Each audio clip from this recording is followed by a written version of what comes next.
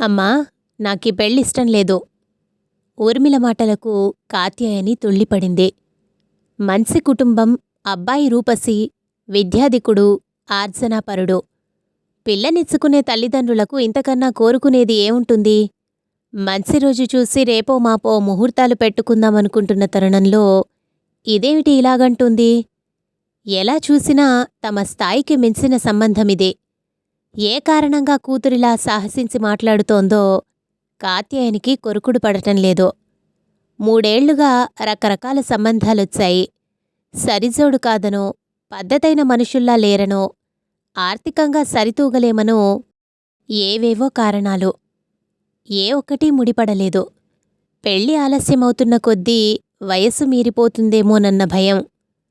తమ కాలంలో పిల్లలు ఒకరినొకరు ఇష్టపడుతున్నారా లేదా అన్నంతవరకే చూసేవాళ్లు తప్ప మిగతా విషయాలన్నీ పెద్దలే మాట్లాడుకుని ఖాయపరుచుకునేవాళ్లు. ఇప్పటి పరిస్థితి అలా లేదు. పెద్దల ఇష్టాయిష్టాలు నామమాత్రంగా ఉంటున్నాయి. ఎందుకిష్టం లేదు? అడిగింది కాత్యాయని. సమాధానం రాలేదు. మరోసారి రెట్టించింది కూతుర్ని. ఈ కాలం పిల్లలకి మేం చెప్పలేం తల్లీ. ఆ చెప్పేదేంటో మీ నాన్నగారికే చెప్పుకో అంటూ శివాల్న గదిలోంచి వెళ్ళిపోయింది కాత్యాయని. పెళ్లి వేడుకల్లో ఇచ్చిపుచ్చుకోవటాల వంటి ఆర్థిక సంబంధ విషయాల్లో పిల్లలకి ప్రమేయం లేనట్లు పెద్దలు వ్యవహరించటం సబబేనా? కట్న కానుకల గురించి మాకేం డిమాండ్లు లేవు. అబ్బాయికి లక్షల్లో జీతం వస్తుంది. మాకున్నది ఒక్కగానొక్కడు. బంధుమిత్రులంతా పెద్ద బలగమే ఉంది. పెళ్లి ఏర్పాట్లు మాత్రం ఘనంగా ఉండాలి. అతిథి మర్యాదలకు లోటు రాకుండా చూసుకుంటే చాలు అన్న మగవారి మాటలు తనదాకా చేరాయి. ఆ మాటలు వాళ్లంటే తమ వాళ్లకు మరింత గౌరవాన్ని కలిగించినట్లు ఊర్మిళ గ్రహించింది. ఊర్మిళకిద్దామనుకున్న ఫ్లాట్ అమ్మితే 60 లక్షల దాకా వస్తుంది. వాళ్లెటూ కట్నాలడగటం లేదు గదా. వచ్చిన డబ్బుతో ఘనంగా పెళ్లి జరిపించేసి మిగిలిందేదో బంగారం కొని పిల్ల ఒంటిమీద పెడితే సరిపోతుంది అంటూ సులువుగా సమస్యను తేల్చేశాడు తండ్రి. ఆ ప్రస్తావన వింటూనే తన మనస్సులో ఒక్కసారిగా రేణుకక్క మెదిలింది. పెద్దమ్మ కూతురు రేణుక అంటే ఊర్మిళకు ఎంతో ప్రాణం. ఇద్దరి మధ్య వయసు అంతరం 7 ఏళ్లున్నా ఆ అంతరం స్నేహానికి అవరోధం కాలేదు. తోడబుట్టిన వాళ్లలా కలిసిమెలిసి ఉండేవాళ్లు. ఇద్దరి మధ్య ఎలాంటి అరమరికలు లేని ఆత్మీయ సంబంధాలు ఇప్పటికీ కొనసాగుతూనే ఉన్నాయి. ఈ పెళ్లి సంబంధం గురించి తను చెప్పగానే రేణుక చాలా ఆనందపడింది. అన్ని విధాలా తగిన సంబంధమేనంటూ మెచ్చుకుంది.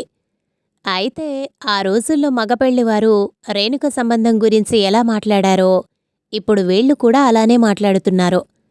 ఆర్థికంగా బాగా కలిగిన కుటుంబం, కోడలి చక్కని చుక్క కావాలని కోరుకున్నట్లే రేణుక ఉండటంతో పైసా కట్నం అక్కర్లేదన్నారని, పెళ్లి మాత్రం తమ స్థాయికి తగ్గట్టు ఘనంగా జరిపించమన్నారని ఊరంతా విశేషంగా చెప్పుకున్నారు.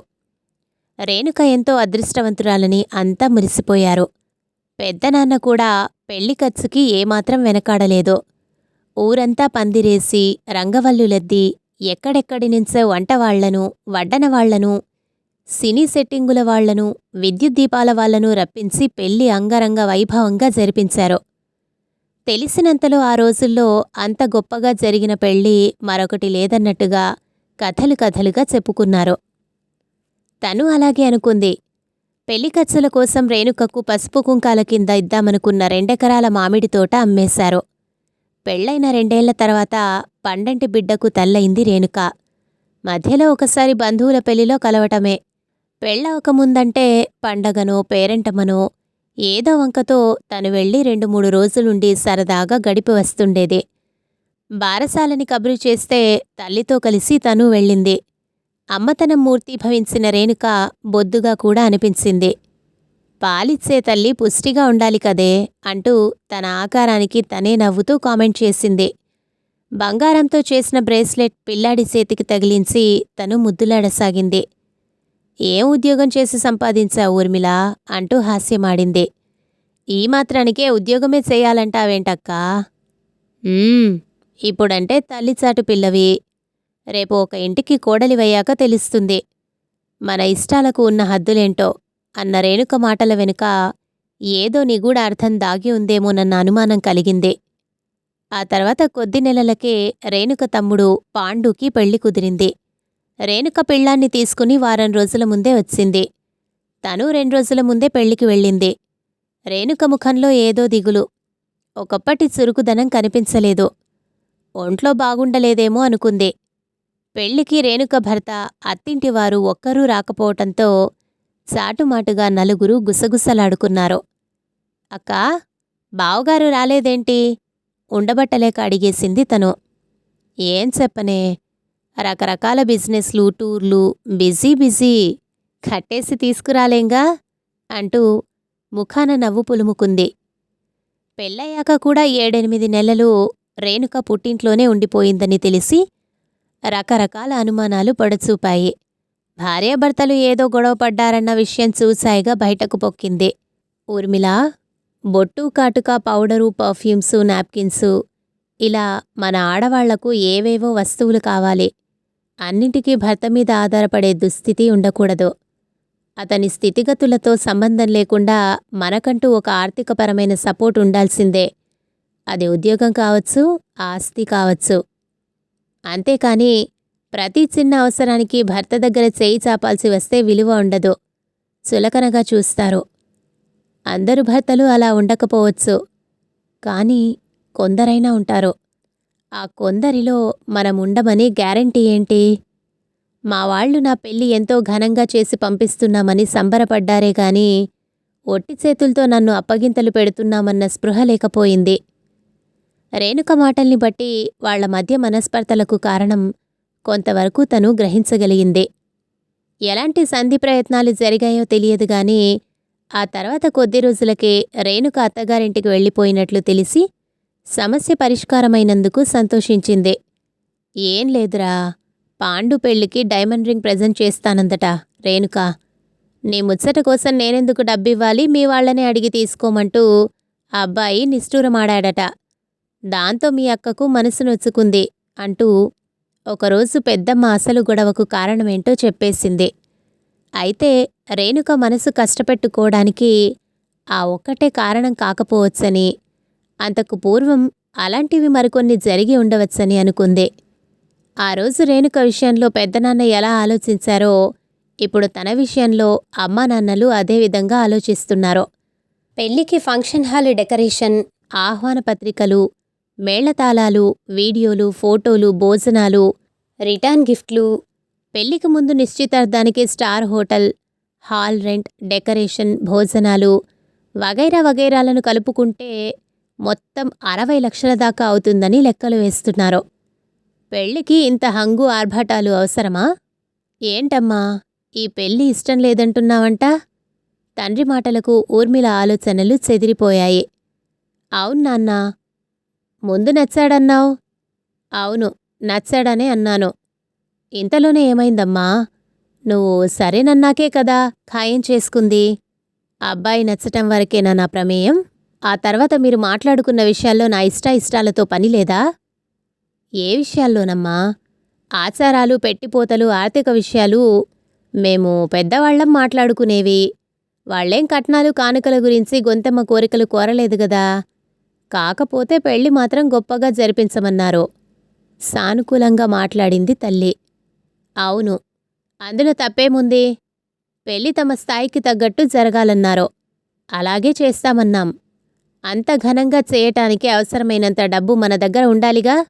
నిజమే, లేదు. నీ పెళ్లి ఖర్చుల కోసం దాచిపెట్టింది పెళ్లి సింపుల్గా జరిపించటానికి సరిపోతుంది. అందుకనే నీకిద్దామనుకున్న అపార్ట్మెంట్ అమ్మి వచ్చే డబ్బుతో వాళ్ళు అడిగినట్టు ఘనంగా చేద్దామనుకుంటున్నాం. నాకంటూ ఏమీ ఆస్తి ఉండనక్కర్లేదనుకుంటున్నారా? నీకిస్తేనేం, నీ పెళ్లి కోసం ఖర్చు పెడితేనేం? రేపు పెళ్ళయ్యాక వాళ్లకున్న ఆస్తిపాస్తులన్నీ మీ భార్యాభర్తలేగా అనుభవించేది.